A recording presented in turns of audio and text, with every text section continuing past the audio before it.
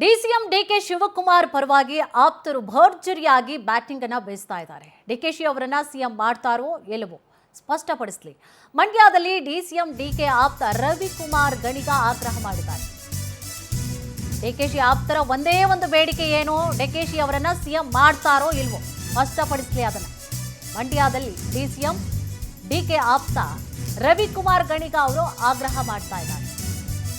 DK CM ಮಾಡದೇ ಇದ್ರೆ ಪಕ್ಷಕ್ಕೆ ಮತ್ತು ಸರ್ಕಾರಕ್ಕೆ ಡ್ಯಾಮೇಜ್ ಆಗಲಿದೆ. ಡಿಕೆಶಿ ಅವರಿಗೆ ಸಿಎಂ ಪಟ್ಟ ಕೊಡ್ತಾರೋ ಇಲ್ಲವೋ ಮೊದಲು ಹೇಳಿ ಸ್ಪಷ್ಟಪಡಿಸಲಿ. ಮಂಡ್ಯದಲ್ಲಿ ಡಿಸಿಎಂ ಡಿಕೆಶಿ ಪರವಾಗಿ ಆಪ್ತ ರವಿಕುಮಾರ್ ಗಣಿಗ ಬ್ಯಾಟಿಂಗ್ ಮಾಡಿದ್ದಾರೆ.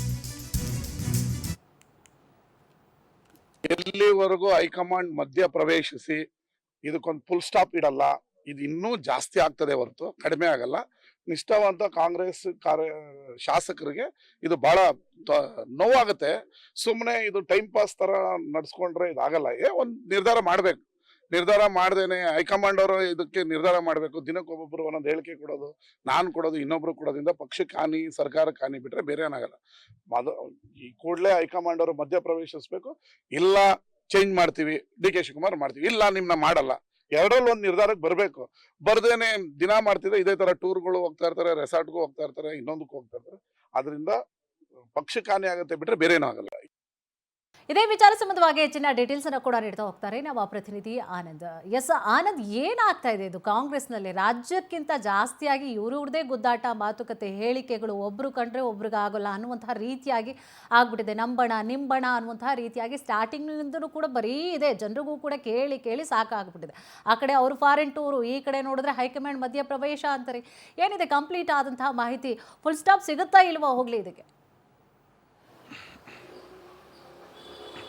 ಕುಸುಮಾ, ಪ್ರಮುಖವಾಗಿ ಕಾಂಗ್ರೆಸ್ನ ಒಂದು ಟೀಮ್ ಶಾಸಕರು ಫಾರಿನ್ ಪ್ರವಾಸ ಹೋದ್ಮೇಲೆ ಅಂತೂ ಕೂಡ ನಾಯಕತ್ವ ಬದಲಾವಣೆ ವಿಚಾರ ಏನಿದೆ ಇದು ಮತ್ತಷ್ಟು ಆ ಒಂದು ಬಿಕ್ಕಟ್ಟನ್ನ ಕಾಂಗ್ರೆಸ್ನಲ್ಲಿ ಸೃಷ್ಟಿ ಮಾಡ್ತಾ ಇರ್ತಕ್ಕಂಥದ್ದು. ಕೂಡಲೇ ಹೈಕಮಾಂಡ್ ನಾಯಕರು ಮಧ್ಯಪ್ರವೇಶವನ್ನ ಮಾಡಬೇಕು ಅಂತ ಡಿಕೆ ಶಿವಕುಮಾರ್ ಆಪ್ತ ಬಣದ ಶಾಸಕರು ಒತ್ತಾಯವನ್ನ ಮಾಡ್ತಾ ಇದ್ದಾರೆ. ರವಿ ಗಣಿಗ ಅವರು ನೆನ್ನೆನೂ ಕೂಡ ಇದೇ ಒತ್ತಾಯವನ್ನ ಮಾಡಿದ್ರು. ಹೈಕಮಾಂಡ್ ಒಂದನ್ನ ಸ್ಪಷ್ಟಪಡಿಸಬೇಕು, ಮುಂದೆ ಡಿಕೆ ಶಿವಕುಮಾರ್ ಅವರನ್ನ ಸಿಎಂ ಮಾಡ್ತಾರೋ ಇಲ್ವೋ ಅದನ್ನ ಖಚಿತಪಡಿಸಬೇಕು ಅನ್ನೋದು ಆಗ್ರಹವನ್ನ ಮಾಡ್ತಾ ಇರ್ತಕ್ಕಂಥದ್ದು. ಕಣಾಖಂಡಿತವಾಗಿ ಈಗ ಎಲ್ಲಾ ಪ್ರಮುಖ ನಾಯಕರು ಕೂಡ ಡಿಕೆ ಶಿವಕುಮಾರ್ ಅವರ ಪರವಾಗಿ ಅಖಾಡಕ್ಕೆ ಇಳಿದಿರ್ತಕ್ಕಂಥದ್ದು ಇಲ್ಲಿ ನೋಡಬಹುದು. ಜೊತೆಗೆ ನಿನ್ನೆ ಮಾಗಡಿ ಬಾಲಕೃಷ್ಣ ಅವರು ಕೂಡ ಮಾತನಾಡ್ತಾ ಹೇಳಿದ್ರು, ನಮ್ಮದೇ ಒಂದು ಟೀಮ್, ಅವ್ರದೇ ಒಂದು ಟೀಮ್ ಅಂತ ಹೇಳಿದ್ರು. ಆ ಮೂಲಕ ಮುಂದೆ ನಾವು ಕೂಡ ಟೂರ್ಗೆ ಹೋಗ್ತೀವಿ ಅನ್ನೋ ಒಂದು ಸಂದೇಶವನ್ನ ಮಾಡಿದ್ರು. ಮುಂದೆ ಡಿಕೆ ಶಿವಕುಮಾರ್ ಅವ್ರಿಗೆ ಏನಾದ್ರೂ ಅವಕಾಶವನ್ನ ಮಾಡಿಕೊಡದೇ ಇರತಕ್ಕಂಥ ಪಕ್ಷದಲ್ಲಿ ಎಂಥದೇ ಒಂದು ನಿರ್ಧಾರಕ್ಕೆ ನಾವು ರೆಡಿ ಇದೀವಿ ಅನ್ನೋ ಒಂದು ಸಂದೇಶವನ್ನು ಕೂಡ ಇಲ್ಲಿ ರವಾನೆ ಮಾಡ್ತಾ ಇರ್ತಕ್ಕಂಥದ್ದು. ಸದ್ಯ ಬಜೆಟ್ ಸಿದ್ಧತೆಯಲ್ಲಿ ಸಿಎಂ ಸಿದ್ದರಾಮಯ್ಯನವರು ಇದ್ದಾರೆ. ಬಜೆಟ್ ನಂತರವಾದ್ರೂ ಒಂದು ದಿನಾಂಕವನ್ನ ಫಿಕ್ಸ್ ಮಾಡಿ ಕಣಾಖಂಡಿತವಾಗಿ ಒಂದು ಸಂದೇಶವನ್ನ ಕೊಡಿ ಅನ್ನೋ ಒಂದು ಒತ್ತಾಯವನ್ನ ಡಿಕೆ ಶಿವಕುಮಾರ್ ಅವರು ಆಪ್ತರು ಮಾಡ್ತಾ ಇರ್ತಕ್ಕಂಥದ್ದು.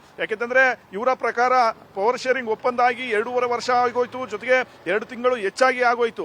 ಆದ್ರೂ ಕೂಡ ಇದುವರೆಗೂ ಹೈಕಮಾಂಡ್ ನಾಯಕರು ಮೌನವನ್ನ ತಾಳ್ದಿರ್ತಕ್ಕಂಥದ್ದು. ಎಲ್ಲ ಒಂದು ಕಡೆ ಸಿದ್ದರಾಮಯ್ಯನವರನ್ನೇ ಮುಂದುವರಿಸ್ತಾರೆ, ಅವರ ಒಂದು ಒತ್ತಡಕ್ಕೆ ಮಣಿದಿದ್ದಾರೆ ಅನ್ನೋ ಒಂದು ಆತಂಕ ಡಿಕೆ ಶಿವಕುಮಾರ್ ಆಪ್ತರಲ್ಲಿ ಕಾಡ್ತಾ ಇರ್ತಕ್ಕಂಥದ್ದು. ಹೀಗಾಗಿ ಡಿಕೆ ಶಿವಕುಮಾರ್ ಅವರು ಏನಿದ್ದಾರೆ, ಇವರು ಮೂಲ ಕಾಂಗ್ರೆಸ್ಸಿಗರು, ಇವರಿಗೆ ಅವಕಾಶವನ್ನ ಮಾಡಿಕೊಡ್ಬೇಕು ಅಂತ ಮೂಲ ಕಾಂಗ್ರೆಸ್ ಕಾರ್ಡ್ ಅನ್ನ ಪ್ಲೇ ಮಾಡೋದಕ್ಕೆ ಈಗ ಈ ಪ್ರಮುಖ ನಾಯಕರು ಮುಂದಾಗಿರ್ತಕ್ಕಂಥದ್ದು. ಹಾಗಾಗಿ ಮುಂದೆ ಹೈಕಮಾಂಡ್ ನಾಯಕರು ಯಾವ ರೀತಿಯ ಒಂದು ತೀರ್ಮಾನವನ್ನ ತೆಗೆದುಕೊಳ್ತಾರೆ ಅನ್ನೋ ಕುತೂಹಲ ಹೆಚ್ಚಾಗಿದೆ. ಯಾಕೆಂದ್ರೆ ಈಗ ಸದ್ಯ 5 ರಾಜ್ಯಗಳ ಒಂದು ಎಲೆಕ್ಷನ್ ನಲ್ಲಿ ಕೇಂದ್ರದ ವರಿಷ್ಠರು ಒಂದು ಬ್ಯುಸಿ ಆಗಿದ್ದಾರೆ. ಆದ್ರೆ ರಾಜ್ಯದ ಕಡೆ ಹೆಚ್ಚಾಗಿ ಗಮನವನ್ನ ಕೊಡ್ತಾ ಇಲ್ಲ. ಮತ್ತೊಂದು ಕಡೆ ಮಲ್ಲಿಕಾರ್ಜುನ್ ಖರ್ಗೆ ಅವರು ಎಐಸಿಸಿ ಅಧ್ಯಕ್ಷರಿದ್ದಾರೆ. ಜೊತೆಗೆ ರಾಜ್ಯ ರಾಜಕಾರಣದ ಇಂಚಿಂಚು ಒಂದು ಬೆಳವಣಿಗೆ ಕೂಡ ಅವರ ಗಮನಕ್ಕೆ ಇದೆ. ಆದ್ರೂ ಕೂಡ ಅವರು ಮೌನವಾಗಿರ್ತಕ್ಕಂಥದ್ದು ಡಿಕೆ ಶಿವಕುಮಾರ್ ಅವರಲ್ಲಿ ಬಹಳಷ್ಟು ಒಂದು ಅಸಮಾಧಾನವನ್ನ ಉಂಟು ಮಾಡಿರ್ತಕ್ಕಂಥದ್ದು. ಹಾಗಾಗಿ ಡಿಕೆ ಬ್ರದರ್ಸ್ ಇಬ್ಬರು ಕೂಡ ತಮ್ಮ ಬೆಂಬಲಿಗರು ಎಷ್ಟೇ ಮಾತನಾಡಿದ್ರು ಕೂಡ ಅವರ ಒಂದು ಬಾಯಿ ಮುಚ್ಚತಕ್ಕಂಥ ಕೆಲಸವನ್ನ ಮಾಡ್ತಾ ಇಲ್ಲ. ಯಾಕೆಂದ್ರೆ ಹಿಂದೆ ಯಾರೇ ಮಾತನಾಡಿದ್ರು ಕೂಡ ಯಾವುದೇ ಕಾರಣಕ್ಕೂ ಕೂಡ ಪಕ್ಷದ ವಿಚಾರವಾಗಿ ಮಾತನಾಡಬಾರದು, ಹೈಕಮಾಂಡ್ ತೀರ್ಮಾನ ಮಾಡುತ್ತೆ ಅನ್ನೋ ಒಂದು ವಿಚಾರವನ್ನ ಡಿಕೆ ಶಿವಕುಮಾರ್ ಹಾಗೆ ಡಿಕೆ ಸುರೇಶ್ ಹೇಳ್ಕೊಂಡು ಬರ್ತಾ ಇದ್ರು. ಆದ್ರೆ ಯಾವಾಗ ಯತೀಂದ್ರ ಅವರು ತಮ್ಮ ತಂದೆಯ 5 ವರ್ಷವೂ ಕೂಡ ಇರ್ತಾರೆ ಅನ್ನೊಂದು ವಿಚಾರವನ್ನ ಪ್ರಸ್ತಾಪ ಮಾಡಿದ್ರು, ಆಗಿಂದ ಡಿಕೆ ಶಿವಕುಮಾರ್ ಆಪ್ತರು ಕೂಡ ಮೌನವನ್ನ ಮುರಿದಿರ್ತಕ್ಕಂಥದ್ದು.